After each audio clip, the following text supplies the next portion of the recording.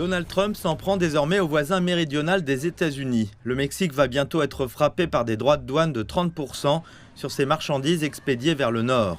Cette décision a été annoncée dans une lettre adressée à la présidente mexicaine, Claudia Sheinbaum, dans laquelle il est notamment indiqué « Ce que le Mexique a fait n'est pas suffisant. Le Mexique n'a toujours pas mis fin aux activités des cartels qui tentent de transformer toute l'Amérique du Nord en terrain de jeu pour le trafic de drogue. Je ne peux évidemment pas laisser cela se produire. » Cette mesure fait référence au trafic illicite de fentanyl du Mexique vers les États-Unis, un point de discorde majeur entre les deux pays. Ces droits de douane menacent de bouleverser une relation économique de longue date. Le Mexique est l'un des principaux partenaires commerciaux des États-Unis. Selon les Nations Unies, les exportations mexicaines vers les États-Unis ont représenté plus de 500 milliards de dollars l'année dernière.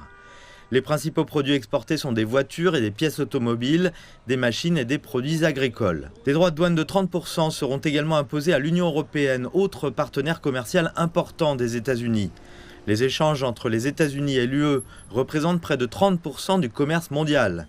Dans sa lettre adressée à la présidente de la Commission européenne, Ursula von der Leyen, Donald Trump a déclaré « Nous avons eu des années pour discuter de nos relations commerciales avec l'Union européenne et nous sommes arrivés à la conclusion que nous devons nous éloigner de ces déficits commerciaux importants, persistants et à long terme. » Cela montre que Donald Trump pense pouvoir obtenir un accord en menaçant d'intensifier les tensions. Mais je pense que cela va se retourner contre lui. Je pense qu'il a fait comprendre à l'UE que tous les efforts déployés par la Commission européenne pour essayer de trouver un compromis et de négocier un accord n'ont aucune importance pour Trump. Madame von der Leyen a réagi rapidement en déclarant que l'UE envisagerait d'adopter des contre-mesures proportionnées et en affirmant « Peu d'économies dans le monde égale l'Union européenne en matière de niveau d'ouverture et d'adhésion aux pratiques commerciales équitables. » L'UE a toujours donné la priorité à une solution négociée avec les États-Unis, reflétant notre engagement en faveur du dialogue, de la stabilité et d'un partenariat transatlantique constructif.